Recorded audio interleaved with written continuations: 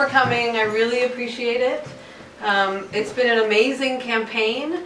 Getting out and knocking on doors has been enlightening and energizing. I want to thank everybody who came out and those of you who've opened your doors to me on in your homes. It's just been an amazing experience. So just to give you a little background on myself and why I'm running.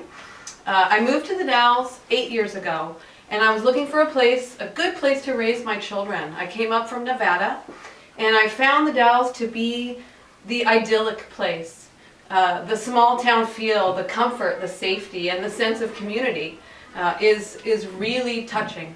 And it's something that I hold in my heart as a fundamental value, that we can know our neighbors and that we can trust that our children can walk on the streets at night. So it's just a beautiful community, and I feel so lucky to have found it. So I'm really happy to be here. And I was recently inspired by the Bernie Sanders presidential primary campaign to really get involved in politics.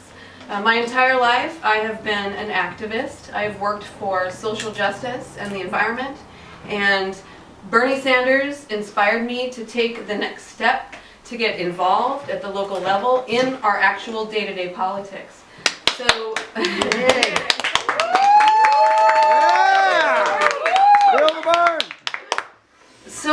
actually I was approached by a member of our town who works for the city, and she asked me if I would be interested in running for mayor.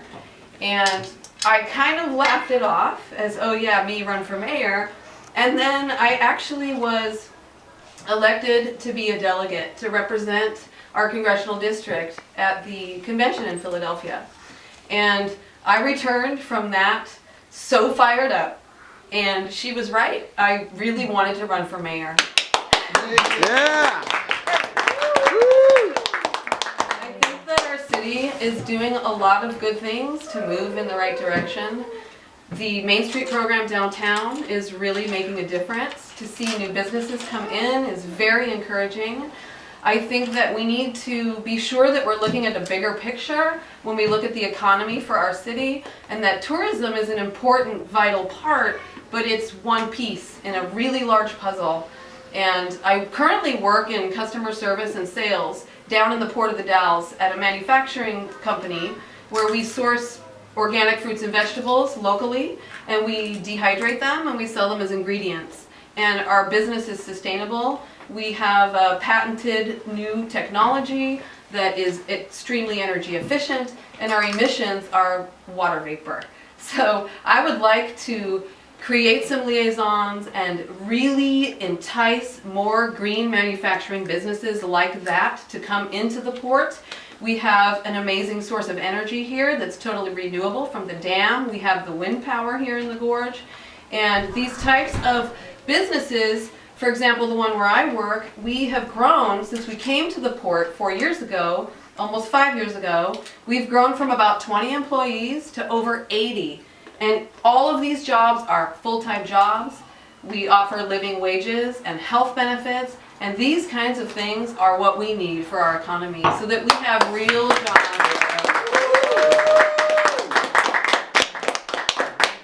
So when I first thought, okay, I'm going to run for mayor, I said, where do I start? And where does it even end? So I started doing my homework. I thought, what's really important? One thing I take very seriously is climate change and how that affects small towns, especially if they're unprepared. So I started doing research. What are the resources that can help us prepare for climate change? We've already seen longer, hotter summers. We have a huge agricultural community here, vineyards, orchards, wheat farmers, all of which see the harvests are changing. The grapes are coming 4 weeks early, 6 weeks early. You know, we've already seen these effects. And so how do we prepare? We need a climate change committee in our city. We need to reach out to the resources that can help us formulate a plan so that we can become carbon neutral. I discovered there's an organization called the Thriving Earth Exchange. I reached out to them, I had a conversation, I told them about our city, and what our parameters are here, and they're completely already on board to help us. So that's an amazing resource. They'll assign us a scientist. They're working with Eugene on their 2020 goal for carbon neutrality. So it's a huge, amazing resource. So already I feel like I'm at the tip of the iceberg in my homework of what I really want to see our city have, these tools, so that we can advance and be part of the future, you know, in a realistic way, and so that we can protect our resources. We can make sure that our air is clean.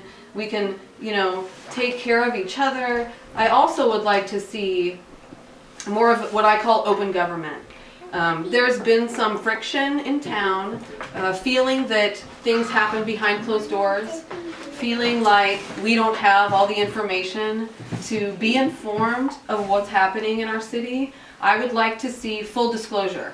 How can we come into City Hall and voice an opinion if it's not educated? If we don't have the information, how can we even formulate an opinion? So I would like to see truly open government, real transparency. One thing that I've seen knocking on doors is that a lot of questions arise from a misunderstanding or a lack of understanding of what's going on. So I think as we look at who, what, when, where, how, why, these are kind of how we approach issues. I think when we go to communicate with our city, we need to go backwards and talk about really how and why. Really why? Why do we need to revamp, or let's add, you know, to our wastewater treatment plant, or we need to work on our water system as it comes in? There's these huge issues that people say, well, my water rates are high. But why are they high? There's some really important work going on to secure our infrastructure. You know, as we've seen, so many cities have crumbling infrastructures. So I think sometimes there can be a hard pill to swallow for people in town, but if they were better informed, it makes a big difference. And so I would like to see that open communication, where we're not dealing behind closed doors. We're inviting people in. We're spreading the information so they know what's going on, and then they can really let us know, and then we can work with that. We can say, okay, these people that are so affected, you know, let's give an equal voice to all the perspectives in our community.